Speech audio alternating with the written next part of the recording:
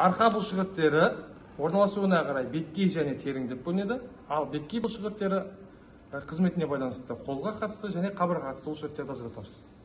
Арқаның қолға қатысты беткей бұлшықеттеріне трапеция тәрізді бұлшықет, мускулус трапезиус, және арқаның аса жалпақ бұлшықеті мускулус латиссимус торси жатады.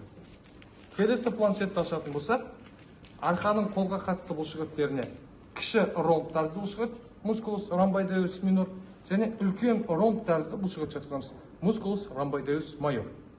Ал қабырғаға қатысты бұлшықеттерге артқы жоғарғы тісті бұлшықет, мускулус сератус постериор супериор, және артқы төменгі тісті бұлшықет, мускулус сератус постериор инфериорды жатқызамыз. Және тағы бір айта кететін бұлшықет бар. Бұл жерде жауырынды көтеретін бұлшықет, мускулус леватор скапулы қолға қатысты бұлшықет болып табылады екен.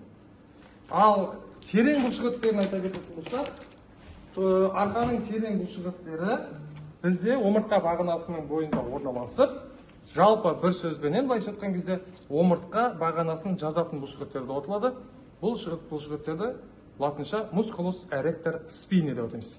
Іштің бұлшықеттері адамды алға қарай исе, ал арқаның терең орналасқан бұлшықеттері омыртқа бағанасын жазып, біздің тік жүруімізді қамтамасыз етеді.